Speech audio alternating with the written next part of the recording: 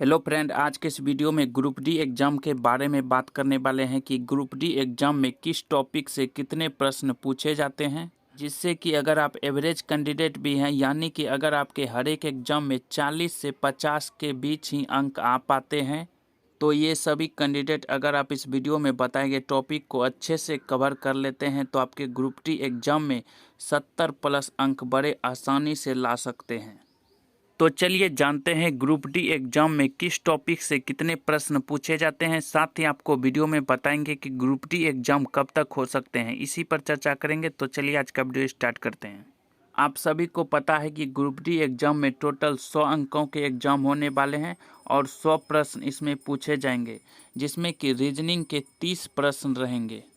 Reasoning के 30 प्रश्न में से आपके पजल्स के 4 से 5 प्रश्न रहेंगे, सीरीज के 3 से 5 प्रश्न, वेन डायग्राम के 2 से 3 प्रश्न, एनालॉजी के 2 से 3 प्रश्न, कोडिंग एंड डिकोडिंग के 1 से 2 प्रश्न, वर्बल रीजनिंग के 1 से 2 प्रश्न, नॉन वर्बल रीजनिंग के 1 से 2 प्रश्न, क्लासिफिकेशन के 1 से 2 प्रश्न, मिसिंग डायग्राम के 1 से 2 प्रश्न, ब्लड रिलेशन के 1 प्रश्न रहेंगे, डिस्टेंस एंड डायरेक्शन के 1 से 2 प्रश्न रहेंगे। रीजनिंग में आपके इसी टॉपिक से प्रश्न पूछे जाएंगे।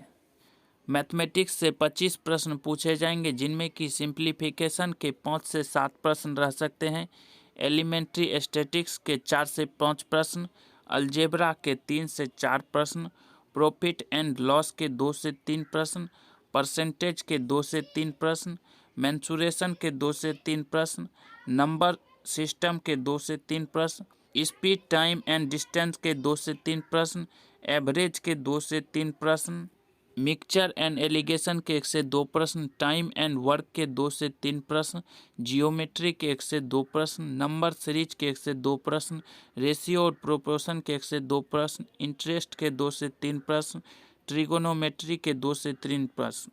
तो मैथ के 25 प्रश्न इसी टॉपिक से आने वाले हैं। जिस टॉपिक से अधिक प्रश्न पूछे जाएंगे आप उसे अच्छे से ज़रूर पढ़ें। जीके एंड करंट अफेयर्स से 20 प्रश्न रहने वाले हैं, जिनमें कि मिसलिनियस टॉपिक के 6 से 8 प्रश्न रहेंगे, जियोग्राफी के 4 से 6 प्रश्न रहेंगे, करंट अफेयर्स के 7 से 9 प्रश्न रहेंगे, पॉलिटी के 3 प्रश्न रह सकते हैं, इकोनॉमिक्स के 2 से 3 प्रश्न रहेंगे, हिस्ट्री के 2 से 3 प्रश्न रहेंगे। मिसलिनियस यानी कि आपके विविध के 6 से 8 प्रश्न रहेंगे। साइंस के आपके 25 प्रश्न रहने वाले हैं, जिनमें कि फिजिक्स के 6 से 8 प्रश्न रहेंगे, केमिस्ट्री के 7 से 9 प्रश्न रहेंगे, बायोलॉजी के सबसे ज़्यादा 9 से 10 प्रश्न रहेंगे। अगर बात करें किस प्रकार से आप 70 प्लस अंक ला सकते हैं, अगर आप मैथ के 25 में से 20 प्रश्न, रीजनिंग के 30 में से 25 प्रश्न, जीके एंड करंट अफेयर्स के 20 में से मात्र 10 प्रश्न, साइंस के 25 में से मात्र 15 प्रश्न भी करते हैं तो आपके 70 अंक आसानी से आ सकते हैं। तो अगर आप इन सभी बताए गए टॉपिक को अच्छे से कवर कर लेते हैं तो आपके 70 प्लस अंक बड़े आसानी से आ सकते हैं। अब बात करते हैं कि ग्रुप डी एग्ज़ाम कब तक हो सकते हैं। तो आप सभी को पता है कि मई में तो कोई एग्ज़ाम नहीं होने वाले हैं। अगर जून की बात करें तो जून में भी कई राज्यों द्वारा एग्ज़ाम को स्थगित कर दिया गया है, तो जून में भी कम संभावना है कि कोई एग्ज़ाम हो पाएंगे। जुलाई की बात करें तो जुलाई में कुछ एग्ज़ाम शुरू हो सकते हैं, लेकिन ग्रुप डी एग्ज़ाम आपके जुलाई में शुरू नहीं होंगे। अगस्त की बात करें तो अगस्त में आपके एनटीपीसी 7th फेज के एग्ज़ाम हो सकते हैं। एनटीपीसी 7th फेज के एग्ज़ाम अगस्त में हो सकते हैं और एनटीपीसी 7th फेज एग्ज़ाम होने के बाद ही ग्रुप डी के एग्ज़ाम शुरू होंगे। तो ग्रुप डी के एग्ज़ाम आपके सितंबर में होंगे।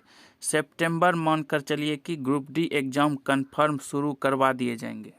तो सितंबर में ग्रुप डी एग्ज़ाम कन्फर्म शुरू करवा दिए जाएंगे। तो आप लोग इस बताए गए टॉपिक को अच्छे से ज़रूर पढ़ें। तो आज का वीडियो समाप्त करते हैं। वीडियो अच्छा लगे तो चैनल को सब्सक्राइब था, वीडियो को लाइक और शेयर करें। तो चलिए आज का वीडियो समाप्त करते हैं। वीडियो देखने के लिए आपका धन्यवाद।